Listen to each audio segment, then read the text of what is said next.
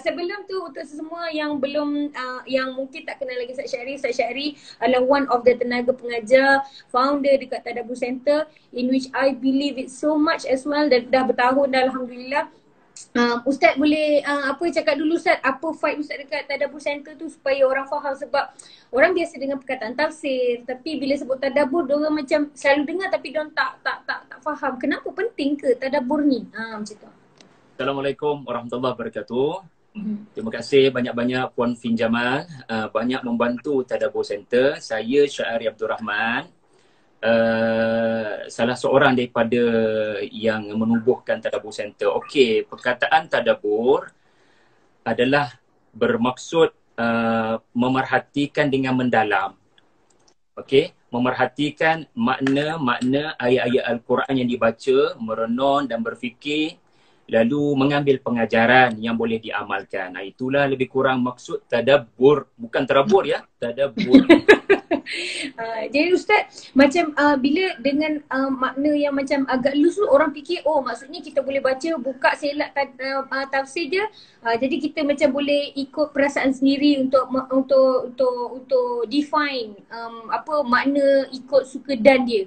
Dan sebagai seorang yang dulu pun saya ni dulu Ustaz memang orang kata loose dengan Al-Quran. So kita pun fikir oh sebab orang kata apa macam selak-selak je nanti jumpa jawapan, ataupun buka je mana-mana faham sendiri. Jadi lagi Kak Fin, lagi saya belajar apa Al-Quran, lagi saya faham sebenarnya ada yang kita boleh tadabbur sendiri, ada yang kita kena berguru. Boleh tak Ustaz tolong bagi kita, sebab kita kat sini kan ramai yang daripada mungkin Quran zero ataupun dulu masa muda dah biasa baca Quran, sekarang nak baca balik jadi main taram je. So minta diperbetulkan kami masyarakat ni Ustaz. You just speak my mind. Oh. Ya, itulah ketika Fin sebut ada ayat yang kita boleh tadabbur sendiri.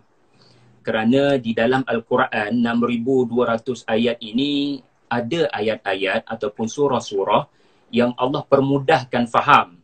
Iaitulah surah-surah yang mudah kita hafal. Kalau saya boleh tanyalah, antara surah yang mudah kita hafal ataupun yang dah melekat dekat fikiran kita semua, antaranya apa? Juz Amma kan? Yes. Ataupun muqaddam yang kita ajar anak-anak kita itu. Jadi sebenarnya banyak surah di dalam juz Amma itu, insya-Allah kalau kita baca, dia boleh terus amalkan dalam kehidupan. Contoh kan, Fin baca wailul likulli humazatil lumazah. Kita pun tengok terjemahan. Celakalah kepada orang-orang yang memaki dan mengherdik. Antara itulah maksudnya. Jadi tadabbur bagi kita orang awam adalah meninggalkan perbuatan mencela, menghina, sama ada secara lisan atau secara isyarat. Itu sudah dikategorikan sebagai tadabbur, iaitu mengamalkan tuntutan ayat berkenaan. Bagi orang awam itu sudah memadai. Dia tidak perlu pergi dengan lebih mendalam. Tetapi ulama tadabburnya adalah dengan pergi dengan lebih mendalam, membahaskan perkataan berkenaan, kenapa duduk kat situ. Tetapi Fin ya, ada ayat-ayat tertentu, ini kalau Fin sebut tadi dah, buka random tu. Ada ayat-ayat tertentu yang kita harap Allah Ta'ala bagi jawapan. Tiba-tiba kita buka muka surat, tengah-tengah Quran ke, awal-awal Quran ke, yang mana surah yang ada ayat tu panjang-panjang. Dan ayat tu ayat yang kita boleh kategorikan complicated, memerlukan kepada bukan sekadar terjemahan. Maka dalam hal ni kena ada disiplin. Jadi sebagai orang awam, sebagai kawan-kawan, kita kena kategorikan elok-elok. Ayat yang kita nak pergi tu, ayat dalam kategori mana? Ada ayat yang memerlukan kita buka tafsir, ada ayat memerlukan kita dengar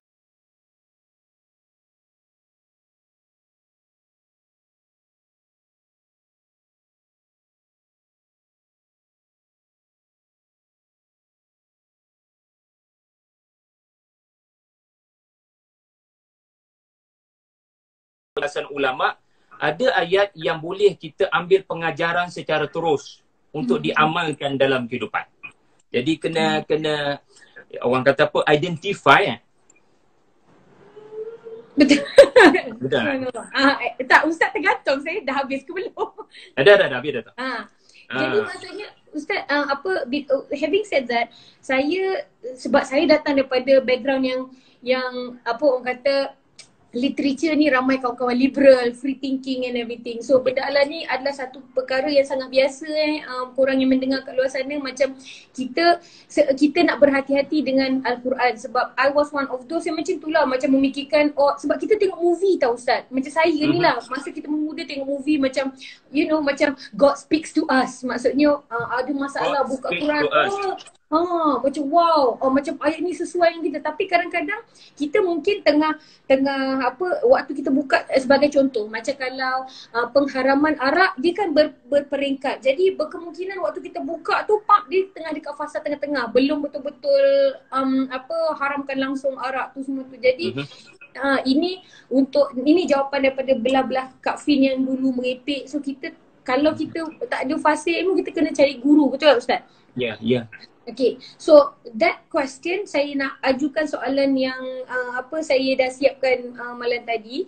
Kalau macam katalah kita ni orang biasa-biasa Ustaz, lepas tu kita pun tidaklah fasih sangat, tapi sebab kita di bulan Ramadan, sampai bulan Ramadan nanti kan dah tak ada kerja sangat, so macam insya-Allah ramai yang mula nak berdamping dengan Quran semua. Tapi boleh ke kalau macam kita bukan cikgu, tapi kita bolehlah baca Quran gini, lepas tu kita yang macam ni nak ajar anak-anak kita, ke kita memang kena cari cikgu juga untuk anak kita? Macam mana Ustaz? Sekejap, mengajar bacaan Quran atau mengajar tadabbur Quran? Dua-dua tu Ustaz. Mengajar nak faham ayat tu ke? Pengajaran ayat tu ke? Atau nak mengajar bacaan Quran? Parent nak buat yang mana satu ni? Okey, kita jawab yang pertama dulu. Macam sebagai contoh, kita mak nak ajar anak kita mukadam macam tu. Tapi kita pun kadang-kadang tajwid pun kadang-kadang iqlab tak kenal, mat lazim tak kenal. Macam mana Ustaz? Pertama sekali dalam zaman teknologi ni, YouTube di hujung jari, kita sebagai parent boleh belajar menyebut bacaan Quran yang betul dengan mendengar daripada syekh-syekh dalam YouTube ataupun apa-apa aplikasi lah. Betul. Jadi itu yang pertama, parent, ibu bapa nak mengajar anak bacaan Quran yang betul, dia kena sedaya upaya berusaha terlebih dahulu. Jangan langgar begitu sahaja apa yang telah dinamakan ilmu tajwid. Tak tahu nama mat asli ke, tak tahu nama ikhfa hakiki ke, tu tak apa lagi. Yang penting apa yang patut panjang dipanjangkan, apa yang patut baris atas jangan di baris bawah. Yang penting ada usaha daripada parent untuk dengar terlebih dahulu macam mana cara bacaan yang betul. Kita ada Ustaz Uwas Korni, kita ada ramai yang telah buat live ya untuk membetulkan cara bacaan. Boleh dengar daripada Dr. Farid Ravi, boleh dengar daripada ramailah guru-guru kita yang mengajar cara membetulkan cara bacaan Quran. Zaman teknologi berhenti bagi alasan ustaz saya tak tahu macam mana nak baca yang betul.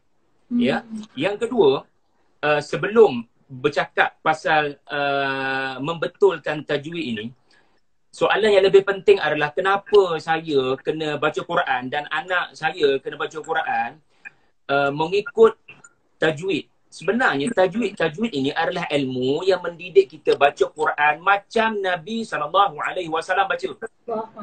Macam Quran dibacakan kepada Nabi SAW. Orang yang tidak mengambil berat cara bacaan yang baik, dia seperti tidak menghormati Nabi, orang Arab dan Quran dalam bahasa Arab. Jadi kalau kita salah sebut Fin, kita boleh mengundang salah makna. Contoh, Iqra' bismi rabbikal ladzi khalaq, khalaqal insana min 'alaq, Iqra' wa rabbukal akram.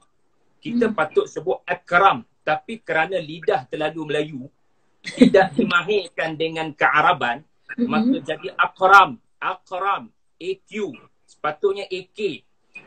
Itu bawa makna lain. Akram adalah maaf ya, unta yang dicucuk hidung. Na'udzubillah. Telah bawa makna yang berbeza. Jadi orang yang struggle untuk improve tajwid, kita memang tak perfect, tetapi kita kena improve. Ya, orang yang usaha improve, ya, orang macam ni adalah orang yang berusaha untuk menghormati Nabi orang Arab dan Quran dalam bahasa Arab. Itulah lebih kurangnya, Fin. Yang mana masuk ke soalan kedua sebab ada juga yang tanya tadi. So kalau kita nak ajar tadabbur anak, macam kita dah mula berminat dengan tadabbur, adakah kita kena tadabbur seluruh surah Ustaz, ataupun macam okey hari ni kita ambil 2 ayat daripada surah Al-Alaq saja. Boleh ke kita nak tadabbur pendek-pendek ataupun memang kena seluruh surah? Pertama, ambil surah pendek-pendek untuk mengelakkan kita ambil ayat yang memerlukan kepada kaitan ayat-ayat sebelum. Sebab bayangkan saya bagi ucapan 1 jam, kemudian orang cut video ucapan 1 jam ambil 2 minit. Macam mana nak faham maksud sebenar pengucap kalau 2 minit kat tengah diputuskan daripada ucapan ataupun motif sebenar ucapan. Jadi boleh berlaku tadabbur yang salah. Dia panggil miscontext, kan? Jadi elakkan surah panjang-panjang, melainkan parent yang nak mengajar itu memang ada pengetahuan serba sedikit tentang 2-3 ayat yang dipilih berkenaan. Sebab kita nak minimumkan kesalahan dalam kefahaman. Jadi antara jalan yang terbaik adalah Fin pilih surah pendek-pendek.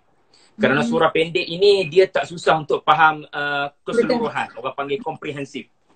Jadi itu antara langkah berjaga-jagalah daripada terbabas dalam memahami dan menghayati kalam Allah.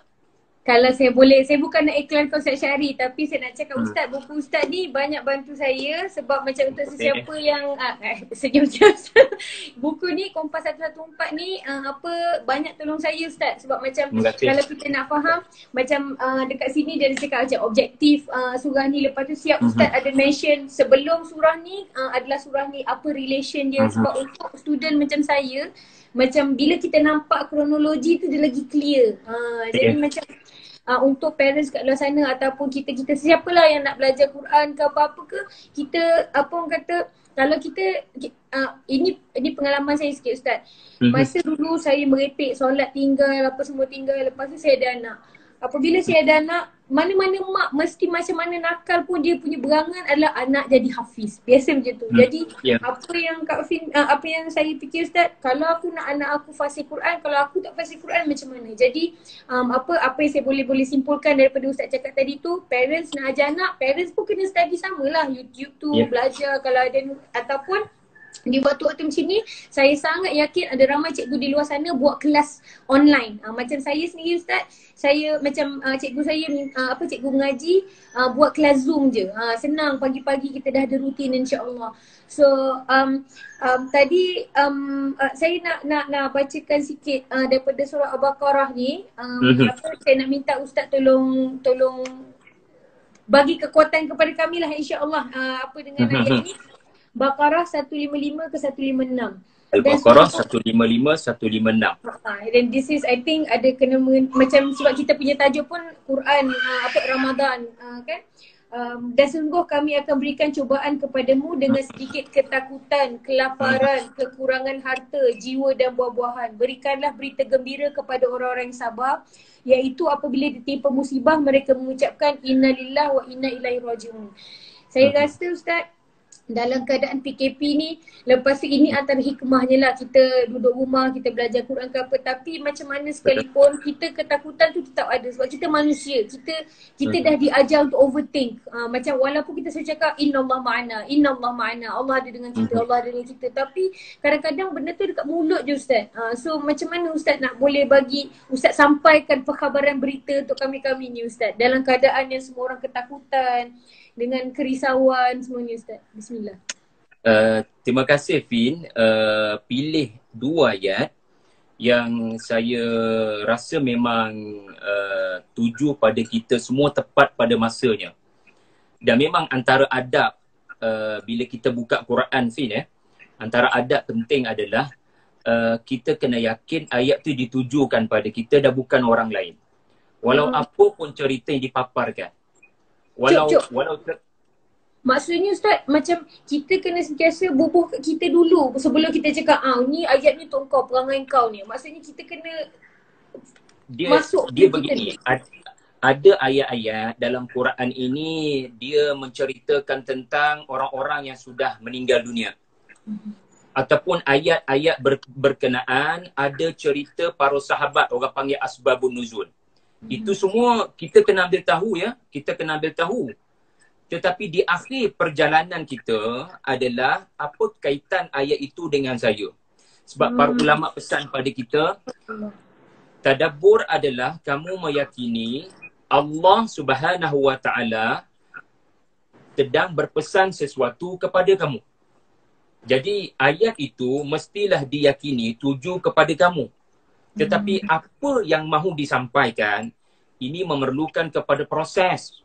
Ia memerlukan kepada kita kena betul-betul faham baru boleh kaitkan ayat tu dengan kita. Sebab ada ayat Quran dipanggil ayat hukum. Ada ayat Quran dipanggil ayat cerita. Ada ayat Quran ayat perumpamaan. Ada ayat Quran ayat targhib, ayat tarhib. Jadi tak semua ayat direct boleh kita kaitkan. Tetapi ayat yang Fin pilih ni ya adalah ayat yang alhamdulillah memang jelas tuju pada kita kerana walanabluwannakum. Allah Taala sebut kum. Kamu semua pasti akan diuji. Jadi Allah tak sebut mereka. Kalau mereka kita rasa macam diorang kot. Tapi adab tadi dah mengajar kita walaupun ayat tu mereka dan ada ceritanya sebab nuzul cerita para sahabat buat begitu, turunlah surah tu sebab tu mereka di situ maksudnya diorang. Tetapi di akhirnya walaupun Al-Quran menyebut mereka, walaupun Al-Quran sebut tentang Qarun, tapi at the end of the process adalah kita ada tak perangai Qarun? Kita ada tak perangai para sahabat tu? Itu yang dimaksudkan apa yang saya maksudkan tadi lah.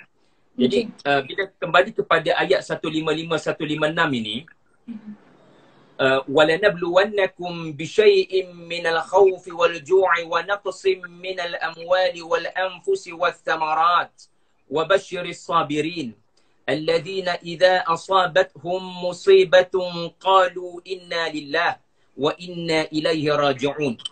Berdasarkan dua ayat ni kita belajar Allah pasti menguji kita dengan 5 perkara, Fid. Setakat puan Allah pun rakan-rakan followers naraikan daripada ayat 155 tu apa 5 yang Allah Ta'ala uji kita. Yang pertama sekali apa dia? Ujian. Takut. Dalam ayat 155 tu. Takut. Takut nombor 1. Yang kedua, al-ju', kelaparan. Yang ketiga, kekurangan harta. Kekurangan harta, naqsim minal amwal. Yang keempat, jiwa. Kekurangan jiwa ataupun berlakunya kematian kepada manusia. Dan yang kelima adalah kekurangan samarat. Makan. Kekurangan hasil tanaman ataupun buah-buahan. Okey. Ayat ini subhanallah kalau kita duduk dalam musim COVID ni, masya-Allah Juna tu memang boleh rasa betul 5 ni boleh terjadi kepada kita. Yang pertama takut. Takut dalam ayat ini adalah takut kepada musuh. Kalau zaman surah ni turun, takut di sini adalah takut musuh nak serang Madinah. Tetapi sekarang musuh kita tak nampak. Waktu PKP ni kita sedang berperang dengan satu musuh. Adakah kita tak takut? Kita sangat takut kepada musuh tak nampak ini.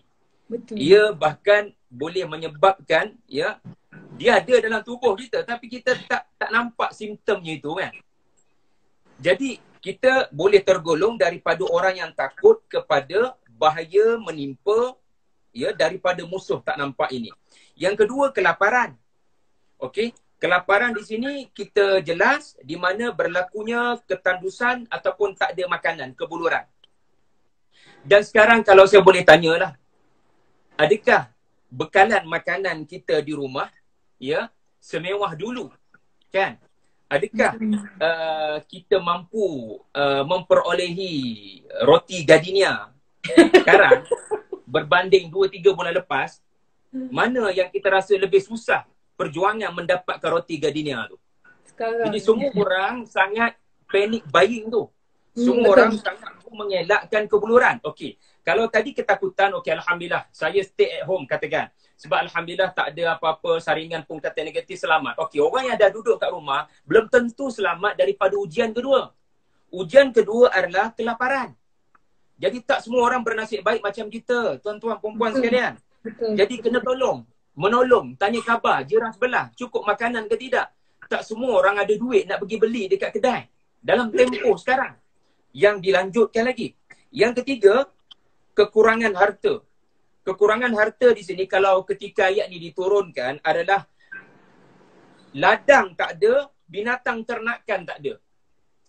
Sekarang memang bukan itulah yang kita gunakan. Zaman ayat ni turun, ladang ni adalah long term plan lah. Di mana kita boleh memetik ya hasil tanaman. Kalau gandum itu berasnya kan. Berasnya pula. Kalau padi itu berasnya. Dan binatang ni air susunya, kulitnya, dia long term. Kalau kita hari ni benda long term ni maknanya benda yang bukan kita pegang dengan tangan. Benda bukan cash. Akaun bank kita mengalami kemerosotan pendapatan. Wa naqsin minal amwal, berlaku kemerosotan. Bisnes kita ada masalah sekarang. Betul tak tuan-tuan? Betul. Kita sangat merasakan benda ni. Betul. Yang keempat, kehilangan orang tersayang. Kehilangan orang tersayang. Sama ada anak-anak kita. Dan yang paling kita risau Fin kan, dalam musim COVID ni, yang paling kita risau mak ayah kita kat kampung. Betul. Mak ayah kita kat kampung sebab majoriti yang positif COVID dan mengalami kesan yang sangat kita takuti adalah orang-orang tua, warga emas. Betul. Betul. Dan akhir sekali adalah kekurangan hasil tanaman. Hasil tanaman di sini, kalau zaman ayat ini diturunkan, ia adalah buah-buahan yang sangat masak ranum sebab Madinah, negara Madinah masa surah Baqarah ni turun adalah negara pertanian. Jadi orang sentiasa menikmati buah-buahan di sana sini yang pelbagai, boleh buat minuman lagi. Jadi benda tak perlu tetapi jadi satu keseronokan bila ada buah-buahan, boleh bersembang dengan air yang diperah daripada buah anggur. Jadi kalau dalam konteks hari ini, kekurangan hasil tanaman ini adalah benda-benda aksesori yang dulu masa duit ada, kita rasa perlu untuk mendapatkan iPhone 11 tu contohnya. Tetapi dalam musim musibah ini, kita tak fikir nak beli beg tangan baru.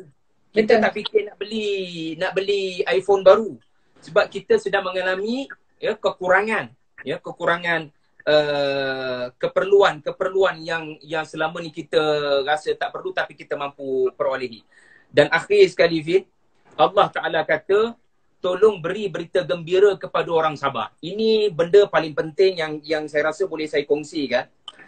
Orang-orang yang diuji, jangan biarkan mereka terus depressed dan stres. Kamu, kita, saya, Puan Fin, kena main peranan untuk terus berikan kepada diorang khabar gembira.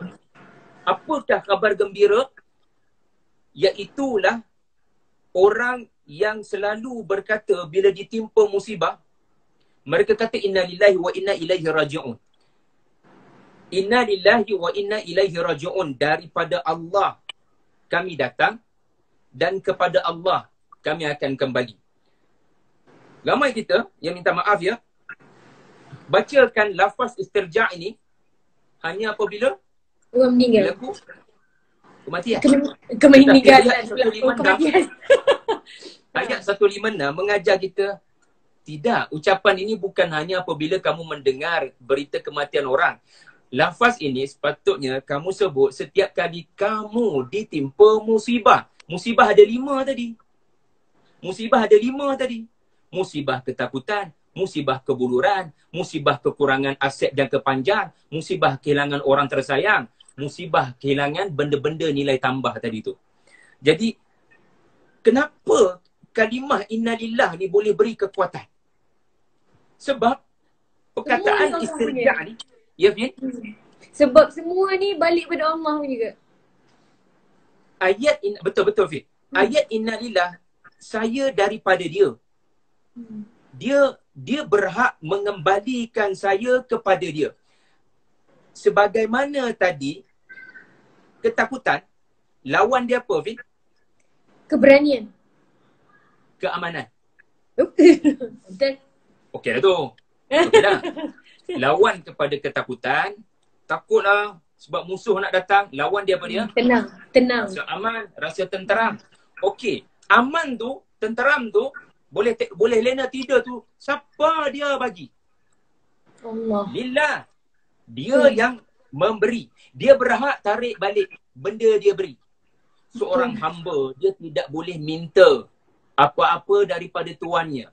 Ini hamba, penjawat awam, dia dibayar gaji. Penjawat awam bukan hamba. Pekerja bukan hamba. Hamba adalah orang yang perlu bekerja menurut apa jua perintah tuannya dan tidak dibayar. Unless dimerdekakan.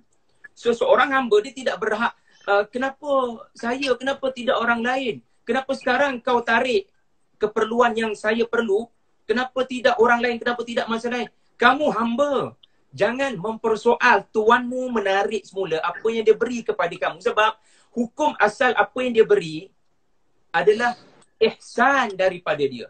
Seorang tuan, dia tidak bertanggungjawab untuk beri rumah, untuk beri makanan. Dia tidak perlu sebenarnya. Tetapi kalau dia beri atas dasar belah ihsannya. Walillahil masalil a'la. Allah Ta'ala memanggil kita hamba dan kita kena panggil dia Rabb sebab dia berhak beri dan tarik balik keamanan. Lawan kepada kebuluran tadi apa dia? Kekenyangan. Kekenyangan. Kenyang perut Allah Ta'ala beri. Sekarang Allah Ta'ala tarik balik. Dulu barangkali kita seronok makan western barangkali seminggu sekali. Dulu kita selalu makan restoran-restoran mewah. Sekarang dah tak boleh. Maka orang mukmin bila dia tak berapa dah selesa boleh makan, dia dah kena buat pantang larang nak buka peti tu kan. Jadi dia sentiasa ingat Allah Ta'ala tarik balik untuk seketika. Pasti ada sebab. Yang ketiga, lawan kepada harta yang dikurangkan adalah sebelum ni harta kita banyak, sekarang Allah Ta'ala kurangkan harta berkenaan. Sebab semua ni datang daripada dia. Betul. Dan nyawa orang-orang tersayang, isteri kita, anak kita, suami kita, ini Allah Ta'ala pinjamkan pada kita. Dia berhak untuk tarik balik. Dia berhak untuk tarik balik. Dan lepas 5 Allah Ta'ala sebut ni, lepas semua benda ni datang daripada dia, dia boleh beri, dia boleh tarik balik. Dia bagi tahu kita, akhir sekali kamu tu sendiri. Kamu tu sendiri, Allah Ta'ala beri rahmat dapat kamu hidup dan satu hari nanti dia berhak untuk tarik balik kamu. Dan yang menyebabkan orang mukmin itu jadi orang yang tenang, positif adalah kerana apa? Sebab dia bila baca inna lillahi wa inna ilaihi raji'un, dia pasti akan kembali pada Allah. Dia percaya apa dia? Bila dia kembali pada Allah dengan pemikiran tadi. Pemikiran apa? Apa Allah beri, dia berhak tarik balik. Apa Allah beri, dia berhak tarik balik. Kalau dia kekal begitu, kalau dia kekal berfikiran begitu, apa Allah beri, Allah berhak tarik balik. Saya hanya diuji, saya akan bersabar, saya percaya ada banyak kebaikan. Ini orang yang sabar. Dan orang ini akan dapat berita gembira bila dia kembali kepada Tuhannya. Wa inna ilaihi raji'un. Bila dia kembali, Allah Ta'ala akan memberikan kepadanya ganjaran yang dia tidak duga. Sebesar zarah sekalipun kesabaran di dunia dahulu, mukmin akan terkejut. Allah Ta'ala rupa-rupanya mencatat dan memberikan pembalasan. Jadi itulah dia punya kekuatan kalimah istirja'. Wallahu a'lam bin. Subhanallah, indah betul Ustaz. Saya memang sangat terkesan bila Ustaz cakap semua benda ni ihsan Allah saja. Macam kadang-kadang kita selalu fikir, oh saya bekerja kuat, saya beramal banyak, jadi Allah balas saya. Sebenarnya itu semua depend pada Allah. Allah nak bagi, Allah tarik. Kita banyak sebut saya, aku. Barangkali bila kita menghadapi tekanan sekarang, tekanan ekonomi, tekanan kesihatan, tekanan keluarga pun, setengah keluarga jadi tekanan sekarang ni. Betul. Semua ni adalah sebab teguran daripada Allah. Kita begini Fin, kita kena sentiasa ingat kesihatan, tekanan keluarga pun, setengah keluarga jadi tekanan sekarang ni. Betul. Semua ni adalah sebab teguran daripada Allah. Kita begini, Fin, kita kena sentiasa ingat apa pun musibah, tuan-tuan yang follow ya, apa pun musibah ya, Allah Ta'ala sebenarnya nak tengok kamu istighfar ke tidak. Kamu istighfar ke tidak. Sebab dulu kamu banyak sebut saya berjaya sebab saya. Banyak sangat kita sebut aku. Banyak sangat kita jadi perangai Qarun. Innama utituhu ala ilmin indi. Aku jadi kaya sebab aku ni. Sedangkan yang sepatut disebut oleh mukmin adalah Allah beri. Jadi kita transform lah kita punya fikiran kita hasil daripada apa yang Allah Ta'ala uji kita ni. Sambung dengan soalan tadi Ustaz, bila kita cakap sabar, adakah sabar tu kena macam on first hand? Maksudnya berdebu Allah tarik rezeki kita, berdebu orang meninggal kita terus Alhamdulillah sabar terus. Ataupun kan kita manusia biasa, kadang-kadang kita tersedih dulu. Lepas tu macam astagfirullah baru nak bersabar. Dikira tak Ustaz sabar tu? Sabar artinya menahan sesuatu daripada keluar. Dia panggil menahan. Jadi bila diuji, apa yang boleh terpacul, apa bahasa Melayu dia yang betul terpacul, terkeluar. Terhambur. Terhambur. Macam-macam perkataan boleh keluar bila seseorang tertekan.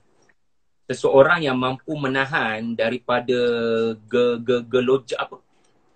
gejolak.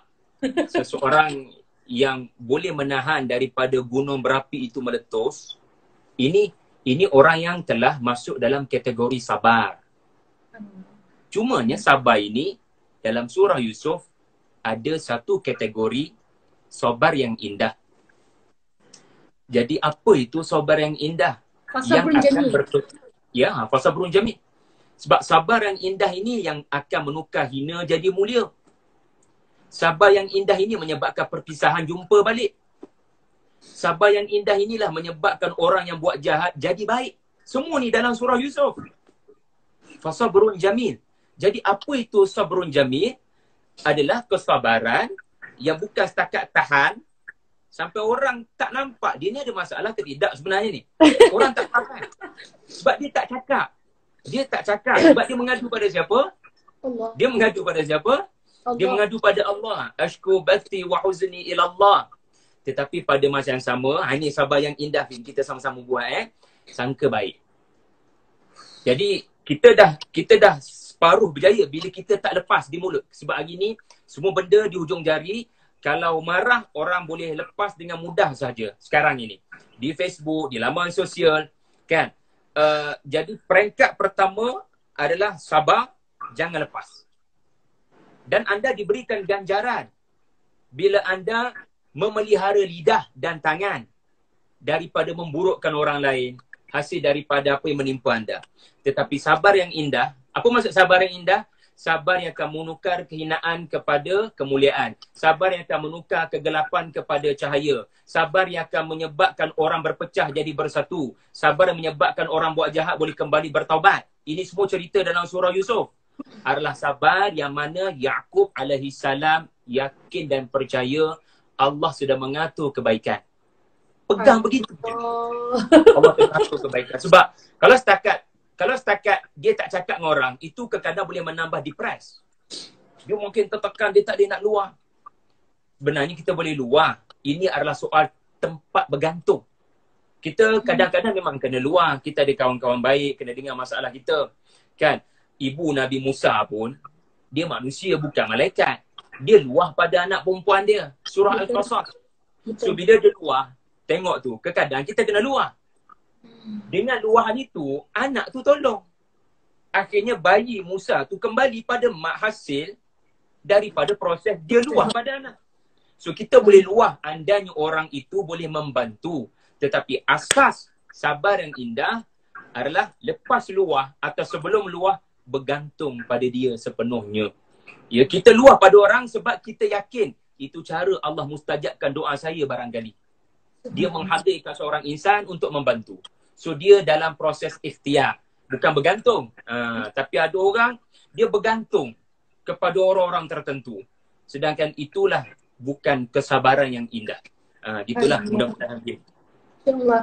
Seronok dengar Ustaz macam cerita buat reference daripada kisah Nabi Yaakob, daripada ibu Nabi Musa. Jadi macam saya sangat percaya kat luar ni dah makin macam nanti Ramadan ni nak syok bercerita dengan anak-anak lah daripada kisah Quran and everything. In which saya nak bawa kepada Al-Furqan ayat 73.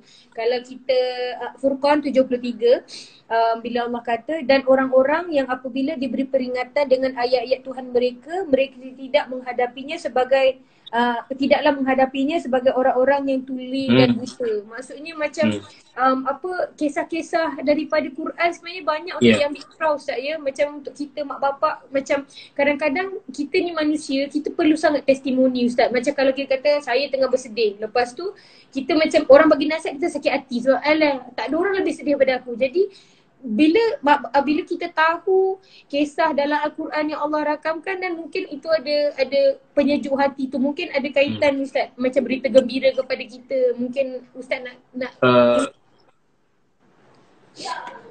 jangan sekali-kali kita menganggap kisah Quran adalah semata-mata kisah. Mari sama-sama saya suruh rakan-rakan Fin semua yang hadir agar mengubah mindset ini. Sebab tadi saya sebut betapa pentingnya asy'ur bi annal ayah muwajjihatun laka. Kamu kena rasa betul-betul ayat tu tuju pada kamu. Sebab tu ayat yang Fin ambil tadi tu, subhanallah, surah Furqan Al-Furqan ayat 73. Walladzina idza dzukkiru bi ayati rabbihim. Orang-orang yang apabila diberikan peringatan dengan apa-apa ayat Tuhan mereka, apa-apa ayat. Maksudnya contoh ya, tiba-tiba tuan-tuan buka TV, terdengar ada ustaz bercerita tentang kisah nabi-nabi tertentu. Ataupun tuan-tuan, puan-puan, maknanya terdengar ayat Quran. Ayat 73 ni bagi tahu kita lam yakhirru 'alaiha summan wa umyana. Sikap yang sepatutnya ada khususnya menjelang Ramadan ni tuan-tuan, menjelang Ramadan kita ni, sikap yang sepatutnya ada adalah jangan kamu mendengar ayat-ayat Quran seperti orang pekak dan buta. Okey, sebab apa penting sikap jangan jadi macam orang pekak dengan jadi macam orang buta. Sebab orang pekak, dia akan mendengar tak orang panggil dia? Dia tak dengar. Tak dengar.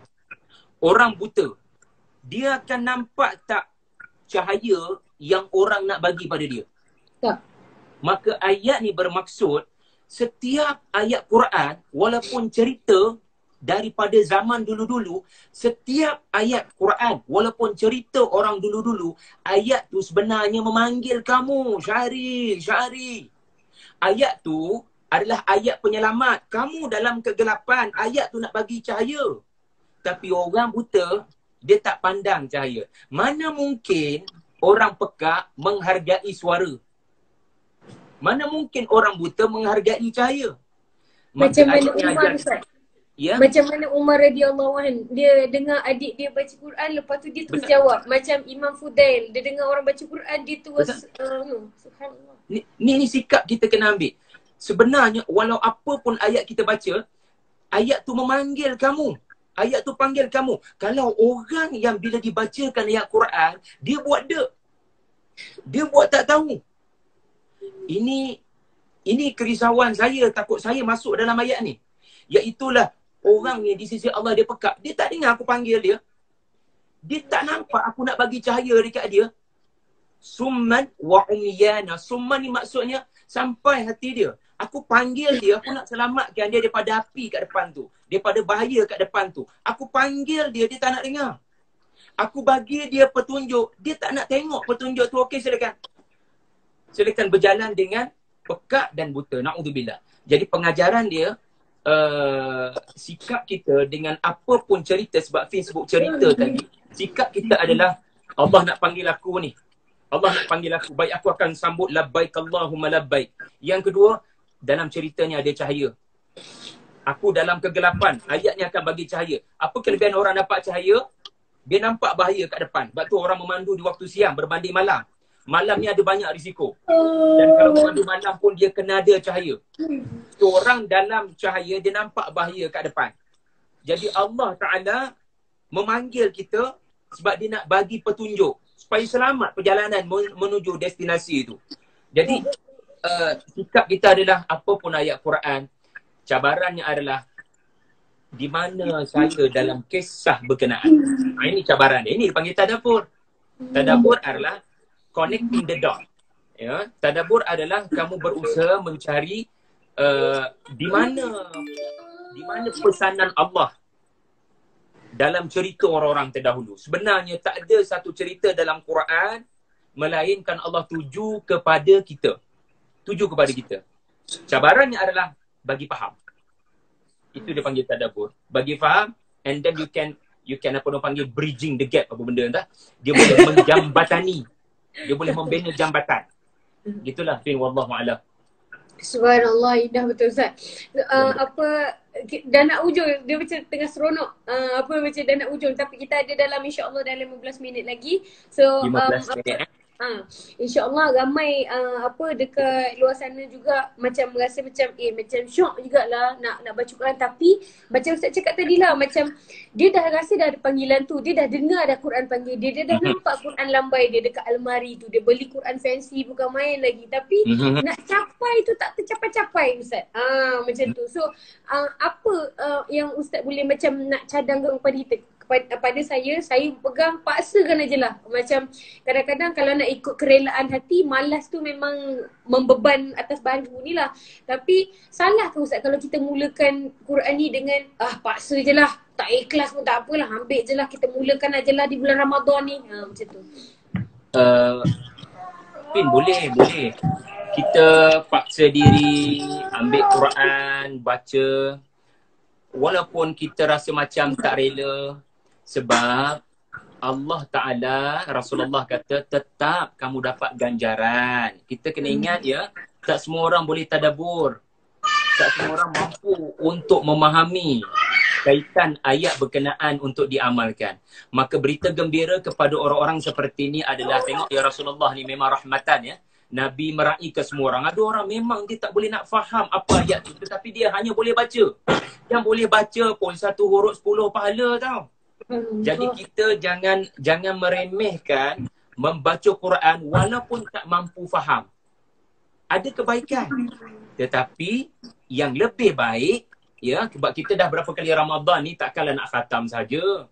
Jadi dia ada usaha untuk lebih baik daripada Ramadan depan.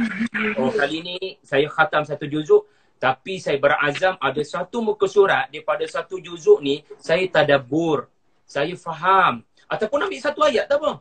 Satu ayat yang saya boleh go deep, ya, boleh pergi dengan mendalam. Tanya asatizah apa maksud ayat ni. Tarzan dah melolong dah. It's okay Junai, it's okay. Ustaz, tadi Ustaz ada mention pasal khatam kan? Nak tanya. Jina. Okay, Junai. Alright. So pasal bila datang Ramadan ni biasanya kita akan macam ada satu obsesi untuk khatam. Boleh tak Ustaz bagi tahu macam ada riwayat dia, dan lepas tu boleh ke kita bagi surah antara 10 orang untuk kau baca surah ni, lepas tu bersama-sama kita khatam. Itu bukan amalan orang-orang dahulu.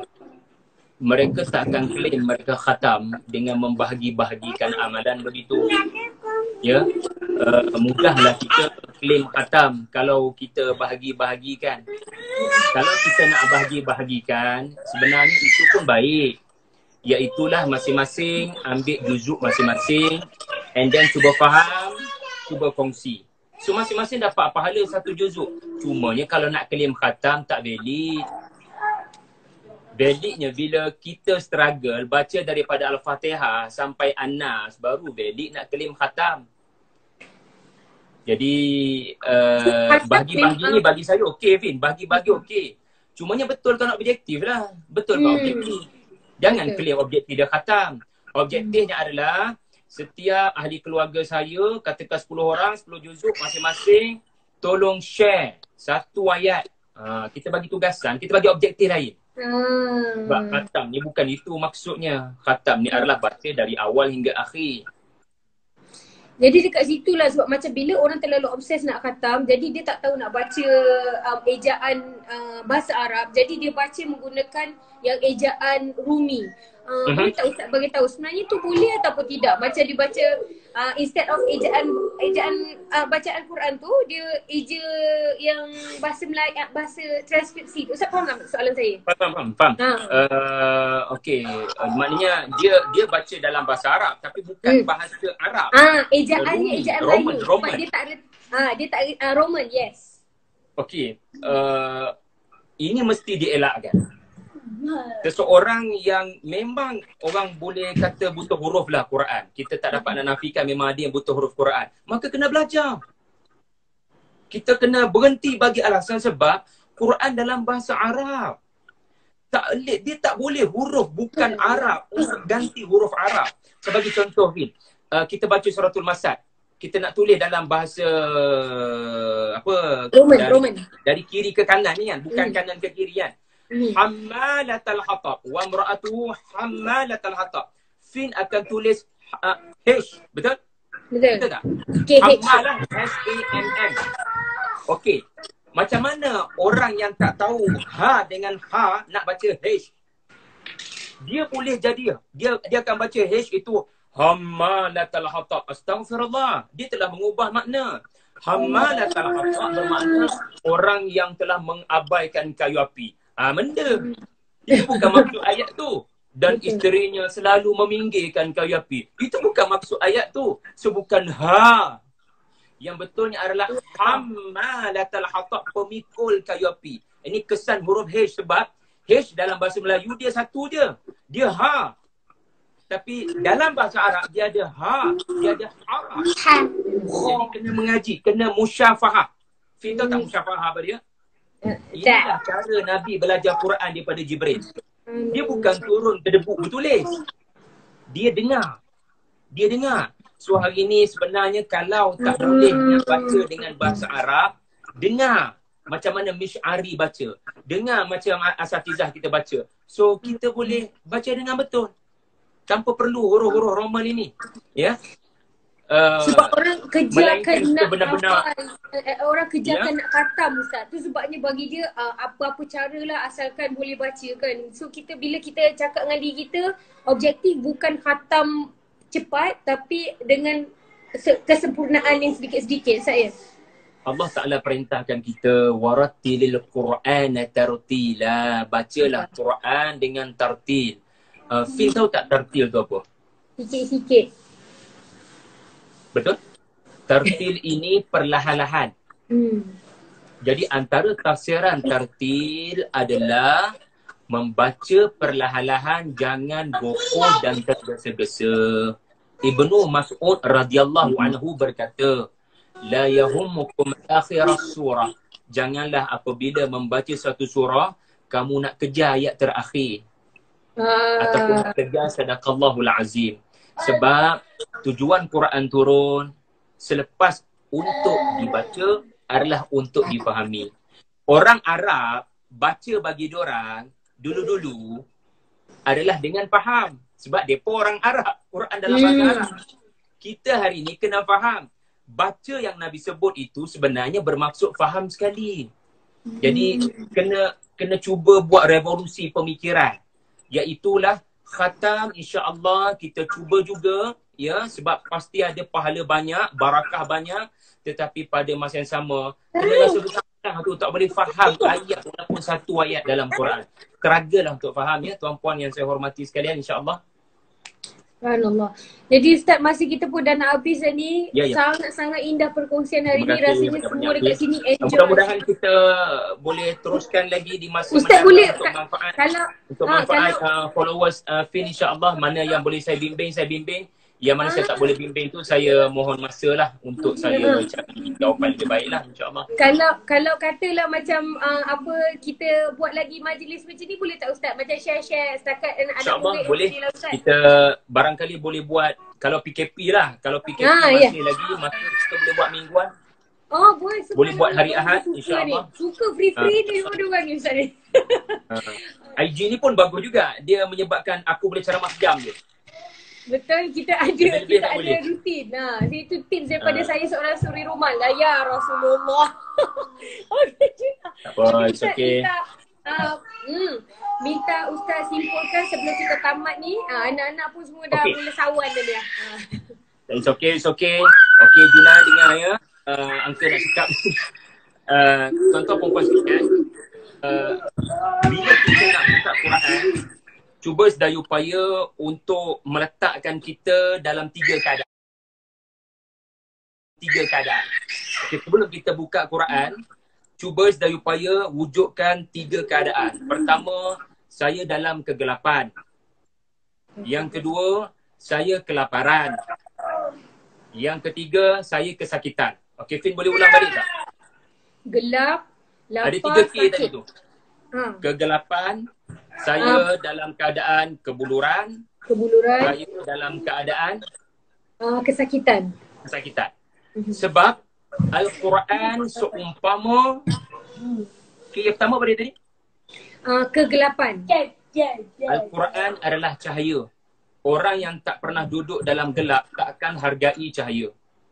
Dan kita kena letakkan diri kita sebagai seorang yang berada dalam Kegelapan. Yang kedua, kebuluran. Yang kedua, kebuluran. Kerana Al-Quran seumpama hidangan yang enak. Ma'idatan minas sama'. Bayangkan orang kebuluran dihidangkan makanan.